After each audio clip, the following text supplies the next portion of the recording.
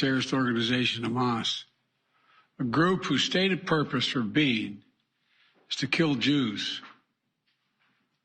This was an act of sheer evil.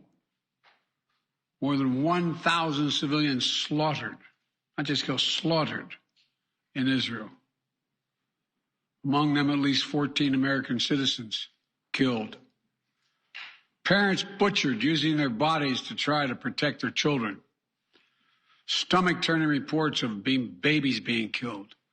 Entire families slain. Young people massacred while attending a musical festival to celebrate peace. Women raped, assaulted, paraded as trophies. Families hid their fear for hours and hours, desperately trying to keep their children quiet to avoid drawing attention. And thousands of wounded, alive but carrying with them the bullet holes and the shrapnel wounds and the memory of what they endured. You all know these traumas never go away. There's still so many families desperately waiting to hear the fate of their loved ones, not knowing if they're alive or dead or hostages. Infants in their mother's arms, grandparents in wheelchairs, Holocaust survivors abducted and held hostage. Hostages whom Hamas has now threatened to execute in violation of every code of human morality. It's abhorrent.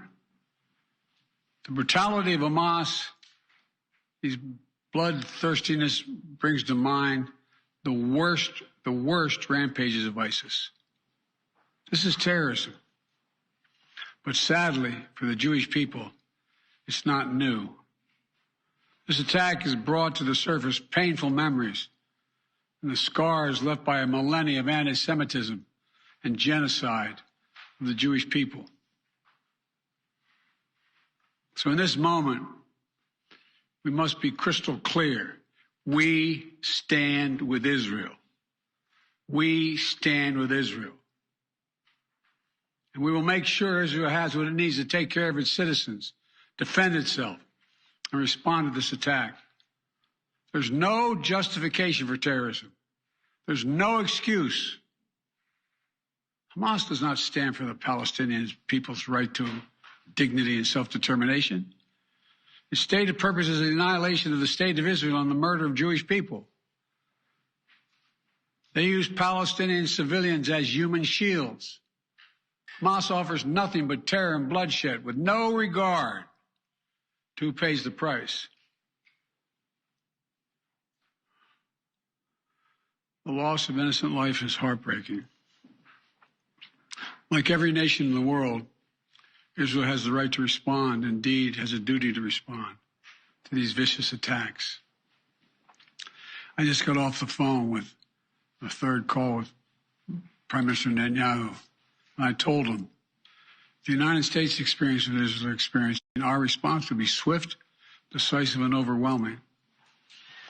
We also discussed how democracies like Israel and the United States are stronger and more secure when we act according to the rule of law. Terrorists purposely target civilians, kill them. We uphold the laws of war, the law of war. It matters. There's a difference. Today, Americans across the country are praying for all those families that have been ripped apart. A lot of us know how it feels. It leaves a black hole in your chest when you lose family. Feeling like you're being sucked in. The anger, the pain, the sense of hopelessness. This is what they mean by a human tragedy, an atrocity on an appalling scale. We're going to continue to stand united, supporting the people of Israel who are suffering unspeakable losses and opposing the hatred and violence of terrorism. My team has been in near constant communication with our Israeli partners and partners all across the region and the world from the moment this crisis began. We're surging additional military assistance, including ammunition and interceptors, to replenish Iron Dome. We're going to make sure that Israel does not run out of these critical assets to defend its cities and its citizens. My administration has consulted closely with Congress throughout this crisis. And when Congress returns, we're going to ask them to take urgent action to fund the national security requirements of our critical partners. This is not about party or politics. This is about the security of our world, the security of the United States of America. We now know that American citizens are among those being held by Hamas.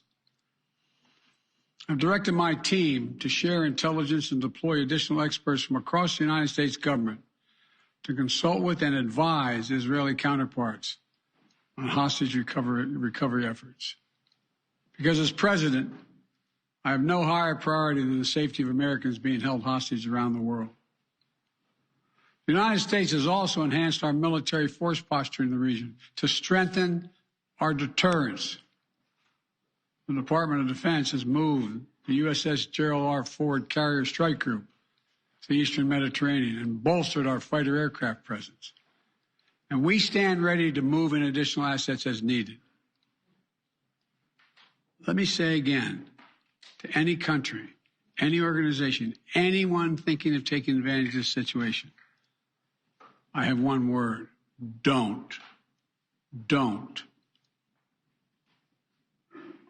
Our hearts may be broken, but our resolve is clear. Yesterday, I also spoke with the leaders of France, Germany, Italy, and UK to discuss the latest developments with our European allies and coordinate our united response. This comes on top of days of steady engagement with partners across the region. We're also taking steps at home. In cities across the United States of America, police departments have stepped up security around centers of Jewish life.